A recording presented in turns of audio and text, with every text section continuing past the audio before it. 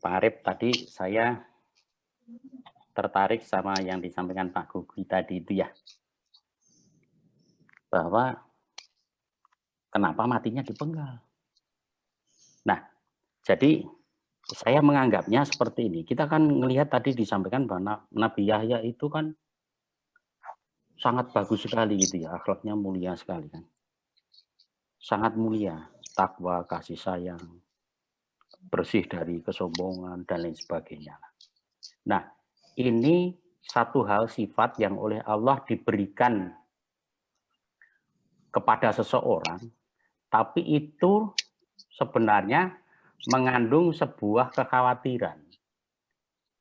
Kita itu punya kecenderungan kalau lihat orang yang bagus atau sangat bagus itu, kecenderungan kita akan mengkultuskan.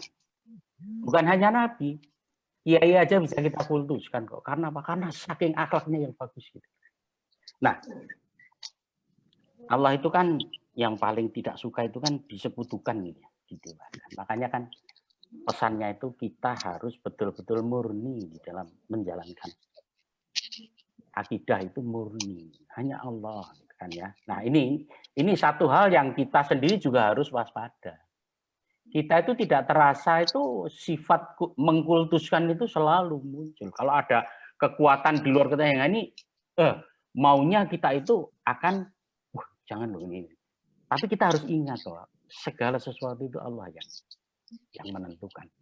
Hingga nanti Nabi ada yang terbunuh, Nabi ada yang matinya normal. Gitu. Kita ngelihat kalau Nabi-Nabi sebelumnya itu kan musuhnya kan jelas gitu kan ya.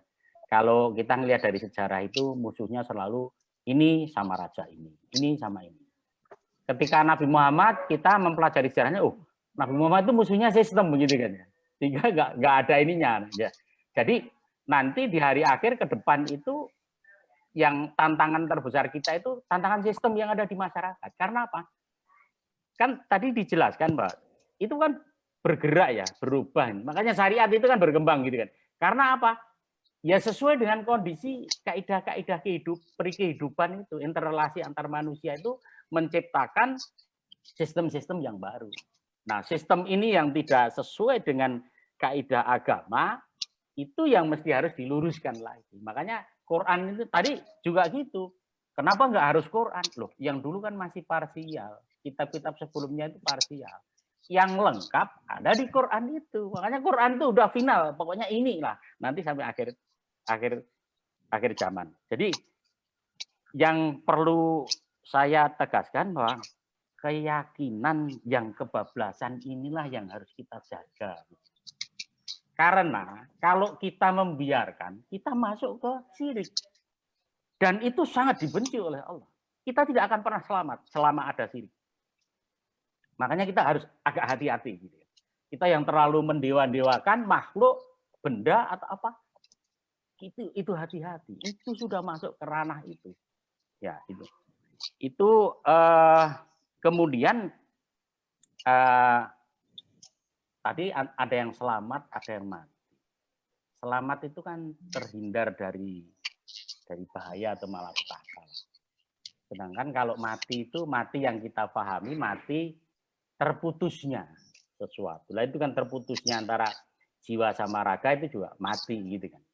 Sehingga kalau nanti Isa dibangkitkan loh, yang dibangkitkan tuh Isa secara fisik manusianya atau secara sistemnya. Jadi sistemnya waktu itu kan tetap risalahnya menggunakan risalah Quran.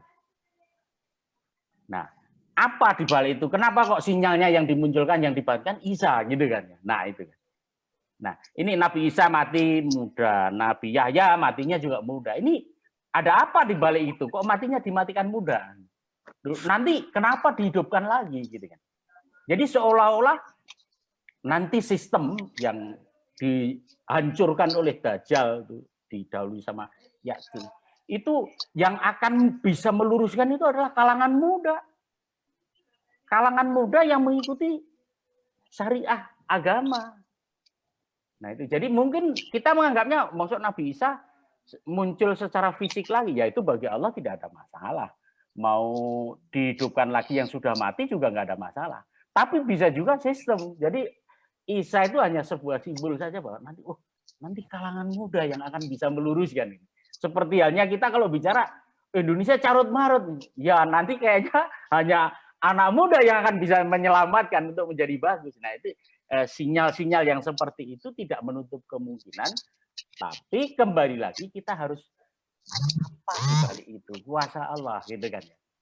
Karena kalau sampai kita menganggap ada sesuatu yang begitu hebat atau sangat hebat, kemudian kita kecenderungan kita berlebihan dan kita hilang Allah di dalam diri kita, itu namanya sudah syirik kan. Itu makanya sehebat apapun ya dia manusia. Makanya Allah itu selalu memperlihatkan tanda-tanda ada orang yang dikasih kehebatan oleh Allah, ditunjukkan kehebatan, tapi sekaligus kelemahannya dimunculkan. Wah, sehebat-hebatnya dia itu loh, dia itu masih makhluk gitu kan ya. Supaya kita itu sadar, ya. Semuanya itu kembali kepada Allah. Itu saja mungkin dari saya. Terima kasih.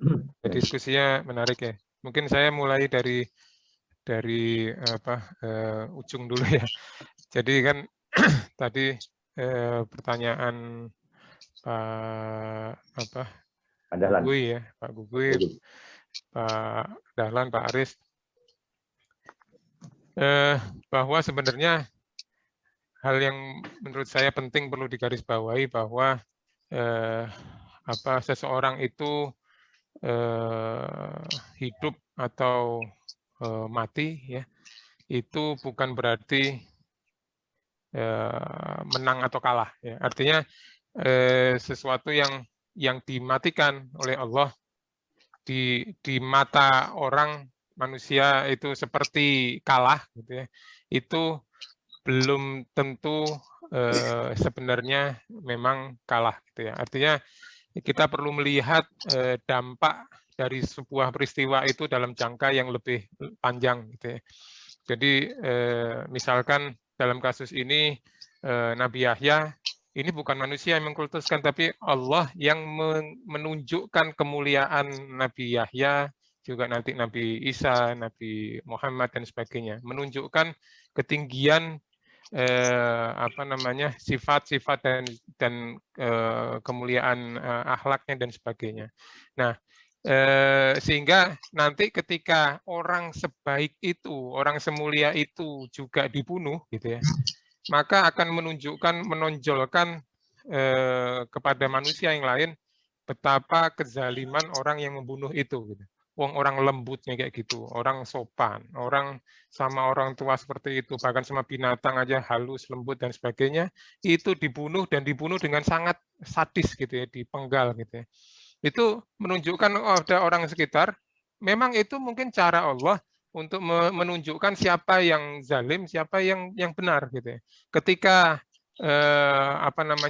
sebuah masyarakat itu sudah begitu rusak, sudah begitu rusaknya, kadang-kadang Allah menggunakan cara-cara yang sungguh mengorbankan kekasihnya, wali-walinya untuk terbunuh syahid dalam rangka untuk menunjukkan sebenarnya ini benar penguasa ini zalim gitu ya. Ini juga terjadi juga di kisah yang terkenal yang menimpa cucu Nabi ya, Sayyidina Husain itu juga gimana ini kalau orang lihat, wah ini kalah ini, terbunuh dengan cara yang sangat sadis juga gitu ya. Tapi mungkin cara itu yang digunakan oleh Allah untuk mengembalikan agama yang dibawa oleh kakeknya itu ke jalan yang benar lagi gitu. Bahwa ini penguasa ini nih penguasa yang zalim. Juga di Yahya ini juga seperti itu. Orang seperti Yahya yang dilukiskan oleh Allah sebegitu lembutnya, sebegitu sopannya, sebegitu luar biasanya akhlaknya, kok dibunuh dan bunuhnya pun dipenggal kepalanya dibawa gitu ya ke raja gitu ya. Tubuhnya yang sudah dimutilasi itu diberikan kepada orang tuanya Zakaria yang sudah sangat tua gitu.